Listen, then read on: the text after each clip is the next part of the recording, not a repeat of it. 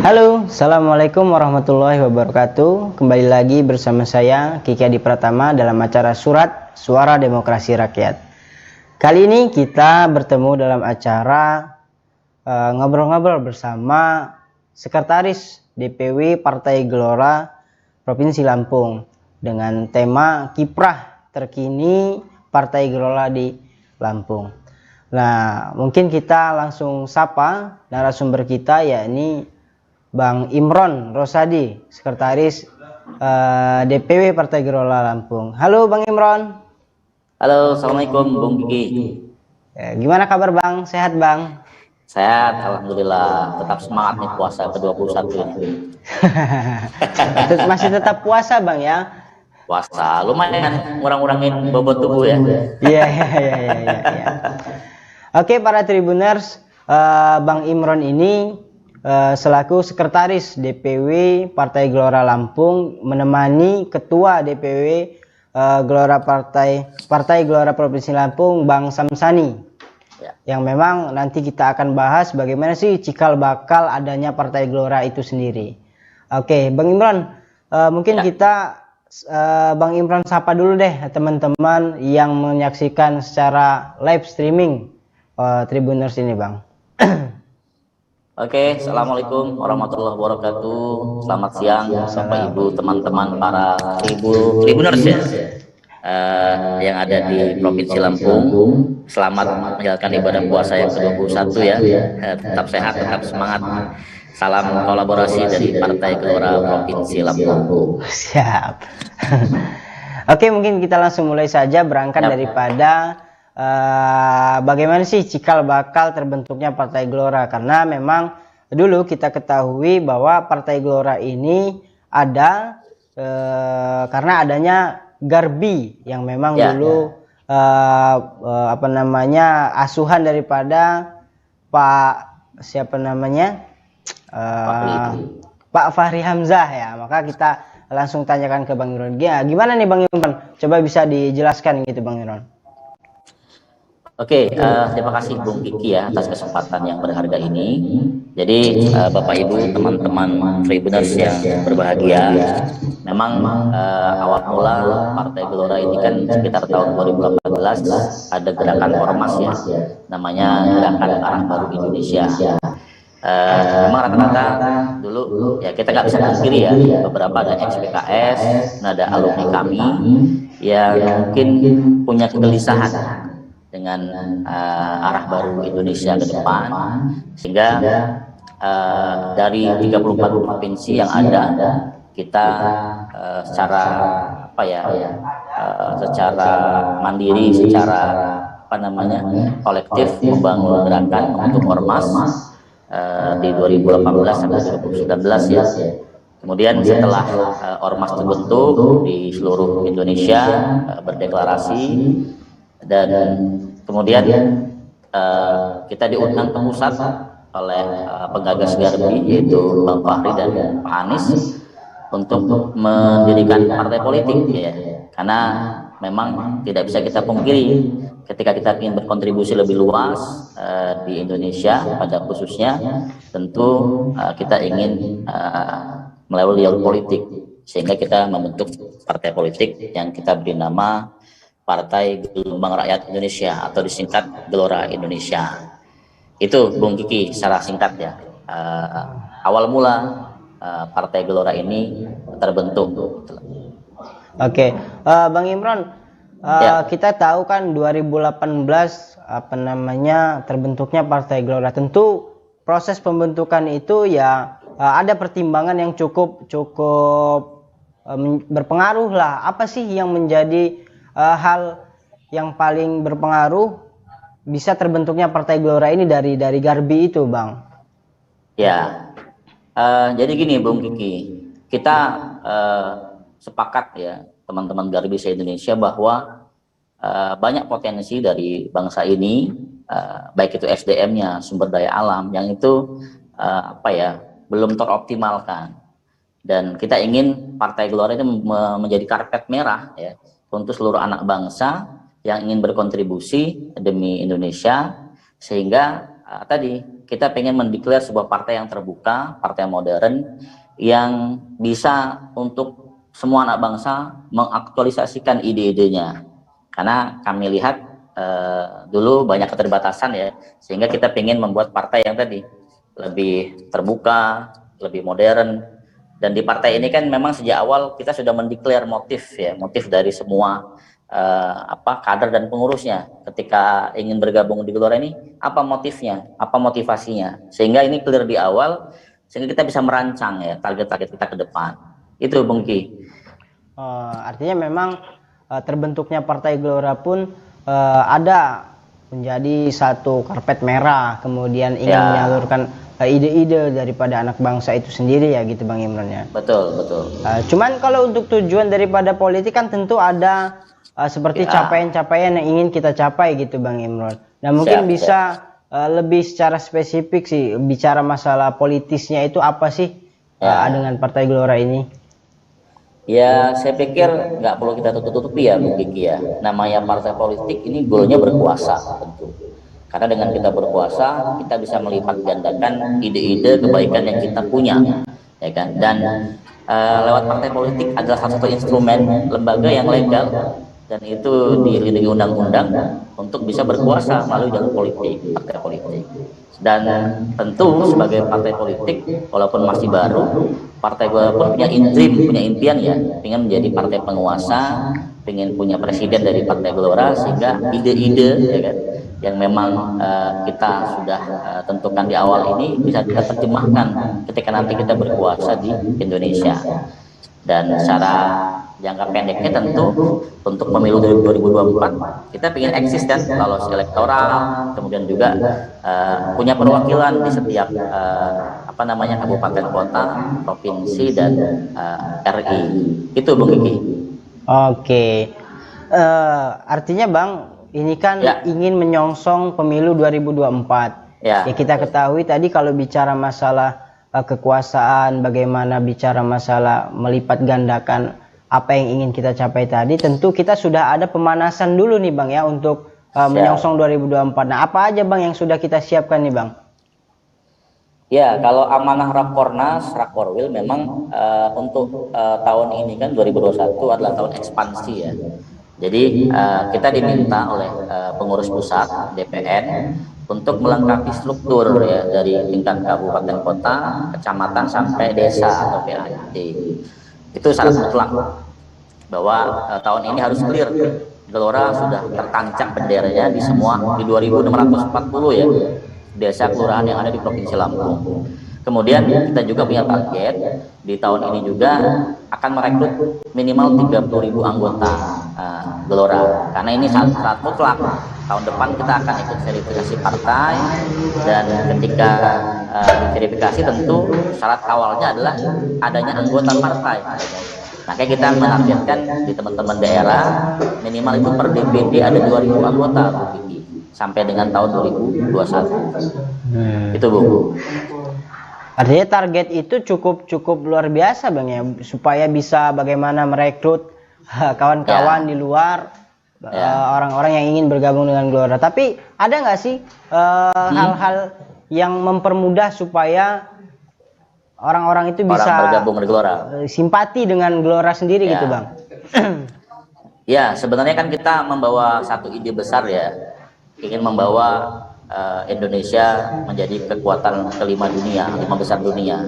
Memang kita bicara 5 besar dunia kan ketika diterjemahkan di desa-desa ini kan harus ada kosakata yang lebih sederhana ya sebenarnya. Iya. Nah, makanya tadi kita membangun kultur keterbukaan, memberikan karpet merah kepada siapapun gitu.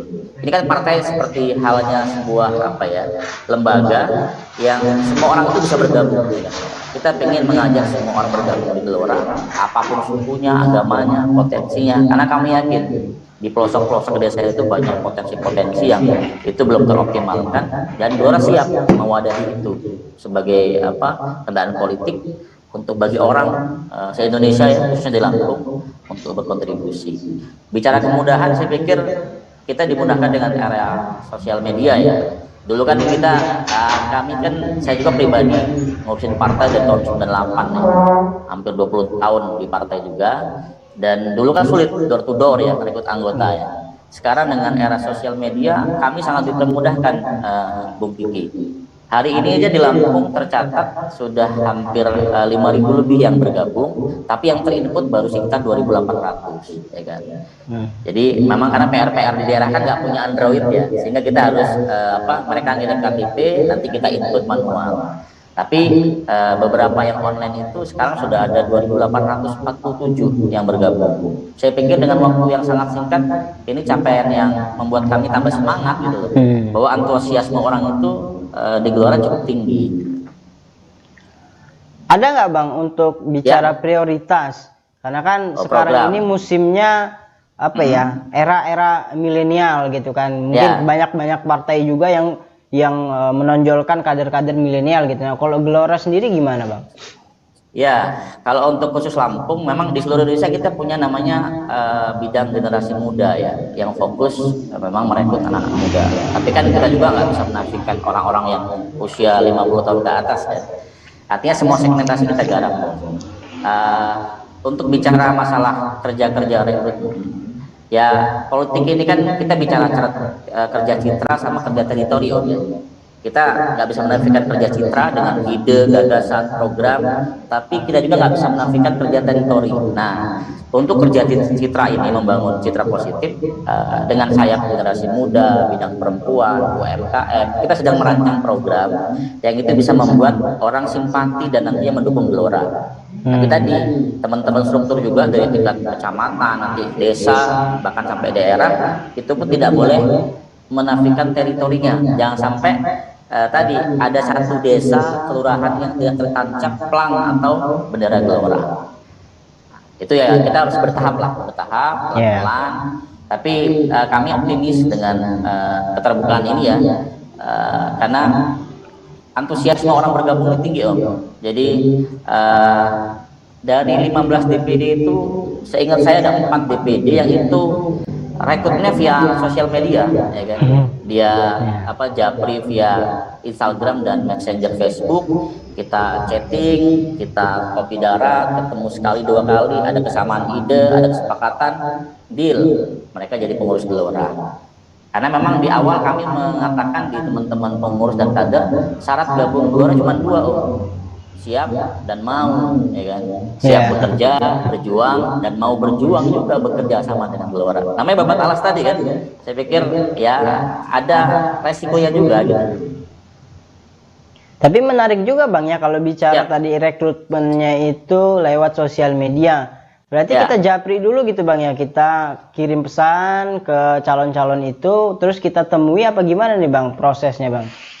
Ya variasi sih, memang ada yang mengamati. Saya ingat ada 3 DPD itu mengamati Gelora dari mulai Garbi, ya kan. Dia sudah mulai ya genit-genit lah ya, DM. Kemudian baru clear itu ketika sudah ada deklarasi Gelora tanggal 10 November ya. Mulailah mereka mencoba untuk japri kami. Ada juga kita kan ya sekarang ini eranya udah terbuka ya, ada blasting fanpage, blasting IG, kita pun menggunakan itu sehingga, dan kita juga punya aplikasi di apps namanya Partai Gelora Indonesia. Di situ kita mempermudah juga orang yang memiliki Android untuk mendaftar jadi Gelora.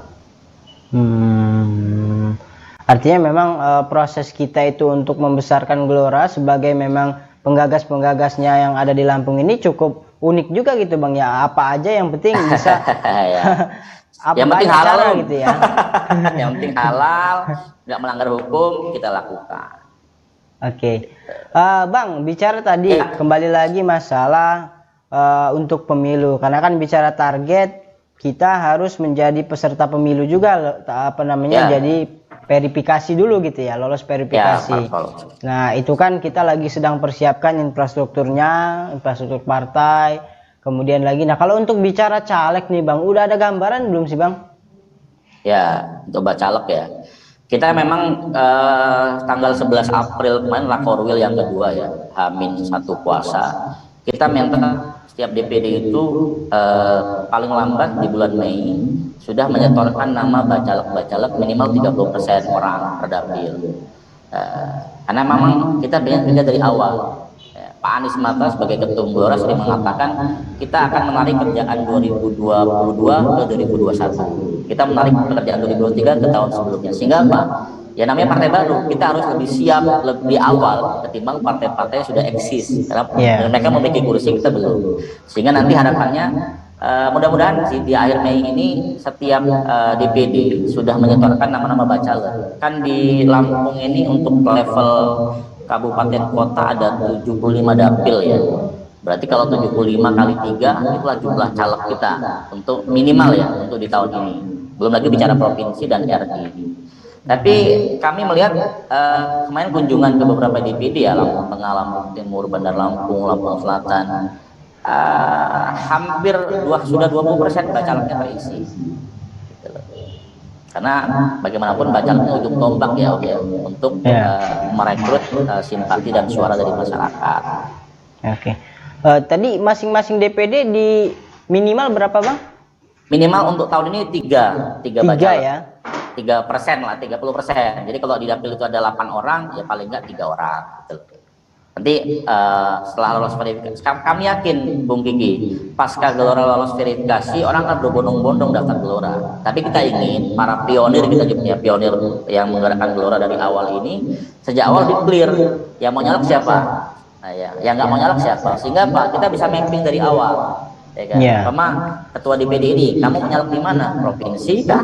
Mau di kota kah? RI kah? Nanti kita mapping, sehingga kita akan rapatnya per dapil, kita akan bedah data yang mempermudah kita untuk kerja. Jangan sampai kita kalah start gitu loh. Makanya tadi saya bilang, namanya partai baru itu kita memang sejak awal menyiapkan ya. Ya harus ya mudah-mudahan sebelum Mei berakhir ini sudah ada store nama DPD. Nanti kami minta pasca verifikasi, saya yakin lah pribadi orang akan berbondong-bondong masuk nyalek di Gelora. Pasca verifikasi ini kita sudah clear gitu. Tapi kan biasanya bang kalau partai itu untuk persiapan caleg-calegnya juga ada semacam kayak seminar atau pembinaan gitu bang secara internal partai gitu kan, untuk supaya caleg-calegnya itu bisa amanah, kemudian siap menjalankan amanat daripada masyarakat dan lain-lain. Nah itu ada nggak di dalam draft rancangan kerja partai kita bang? Pembekalan bacalek ya pasti ada. Kan kita punya 4 kriteria bacalek. Yang pertama itu jaringan. Ya kan? Karena bicara kita ingin dapat kursi, kalau nggak punya jaringan itu omong kosong. Yang kedua ketokohan. Ya pasti kan kita juga merekrut orang yang tidak sembrono ya. Memang dia punya ketokohan di basisnya, baik itu di level kecamatan atau level kota. Yang ketiga kita akan juga verifikasi ide gagasannya, ya kan?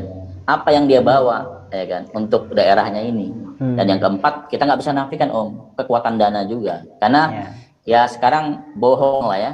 Kalau partai ini nggak butuh dana bohong. Makanya ada 4 kriteria itu. Pertama jaringan, ketokohan, kemudian ide, apa yang dia bawa. Dan yang keempat terakhir lah ya, ini kekuatan finansial.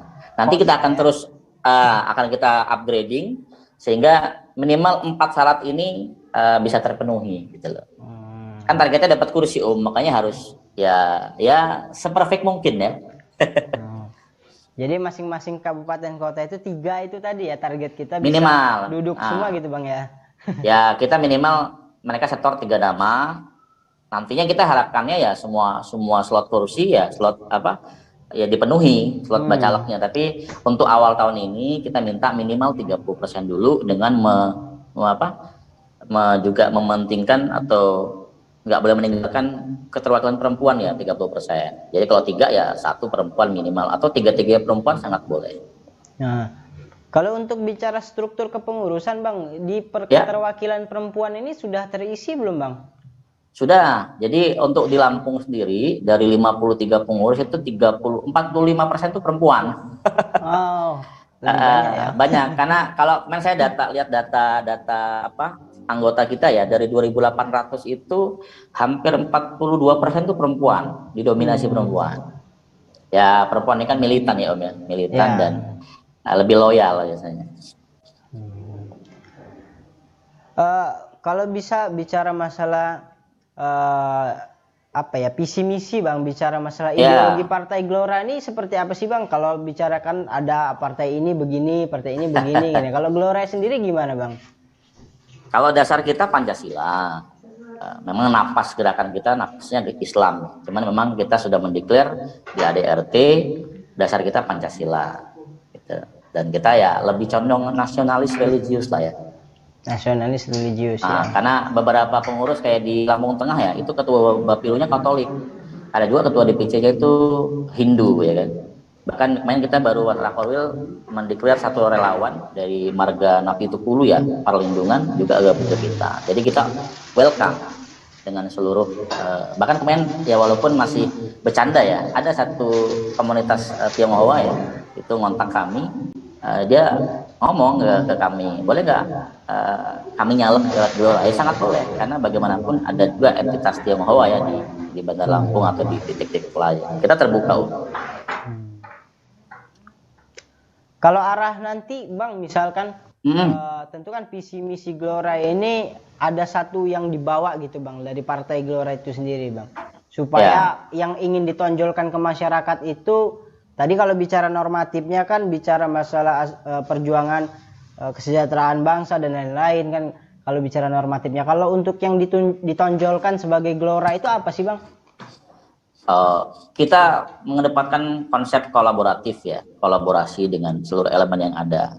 Tadi, karena kita sadar kita ini nggak bisa sendirian ngurus bangsa ini ya, butuh banyak warna, biru, merah, orange, hitam, biru, semuanya banyak lah. Jadi kita mengedepankan konsep kolaborasi. Dan tadi saya selalu mengatakan ke teman-teman kader begini, kalau ada di daerah teman-teman tokoh yang lebih potensial untuk menjadi anggota DPRD atau bupati, berikan kepada mereka karpetnya. Gelora jadi apa? Jadi karpet merahnya. Itulah kolaborasi. Karena kan kita punya prinsip kolaborasi itu simple. Ada hal-hal yang kita bisa lakukan, ada yang tidak. Nah, itulah mengisinya begitu. Kami yakin ketika ide kolaborasi ini mengajak semua ini bergabung, ya kan, kemudian segala potensinya itu bisa dioptimalkan di Gelora, kita kasih karpet merah, mudah-mudahan mereka juga welcome dengan kita. Ya. Tapi kalau untuk status Gelora sekarang ini kan belum ada di parlemen, belum ada istilahnya belum ada di pemerintahan gitu Bang, baru bicara partai. Gimana untuk sikap kepada pemerintah itu seperti apa Bang? Ya, selama itu sifatnya baik, kita dukung. Saya beberapa kali nulis kok di media, di Facebook, bahwa ketika kebijakan, saya kemarin nulis tentang konsep petani berdaya juga. Saya kritik juga pemerintah karena belum ada kejelasan. Ya kita selama pemerintah punya program yang bagus, kita support. Selama dia kurang pas, ya kita berikan masukan sebagai partai politik. Kita juga sudah melakukan kunjungan ya dengan beberapa pihak ya. Kemarin sempat kita ngirim surat ke gubernuran, tapi karena COVID ya belum diterima. Kemudian kita sudah ke Polda, nanti kita akan ke Korem.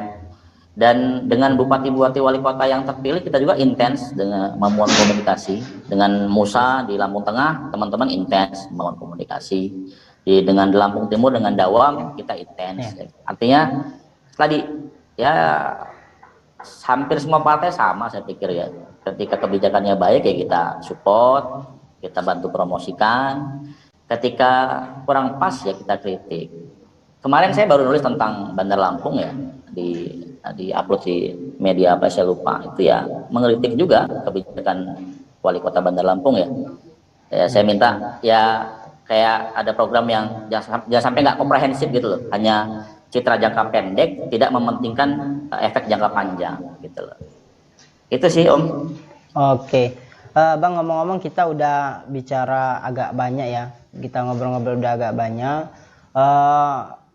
Bicara harapan dari Partai Gelora sendiri untuk pertama kan kita sudah tahu bahwa harapannya supaya bisa jadi peserta pemilu untuk 2024. Cuman di lain itu kepada masyarakat tentu ada harapan-harapan yang ingin kita wujudkan. Nah, bisa disampaikan Bang?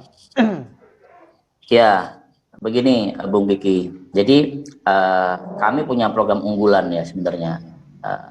kami 2 kali mengirim tim kami sekolah desa mungkin pernah dengar Payungi ya di Metro ya.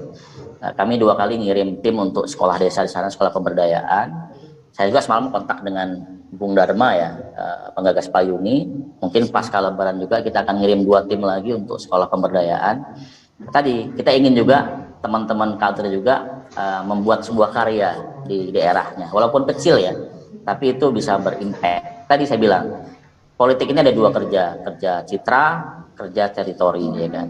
Kerja citra tentu dengan program yang itu bisa membantu masyarakat.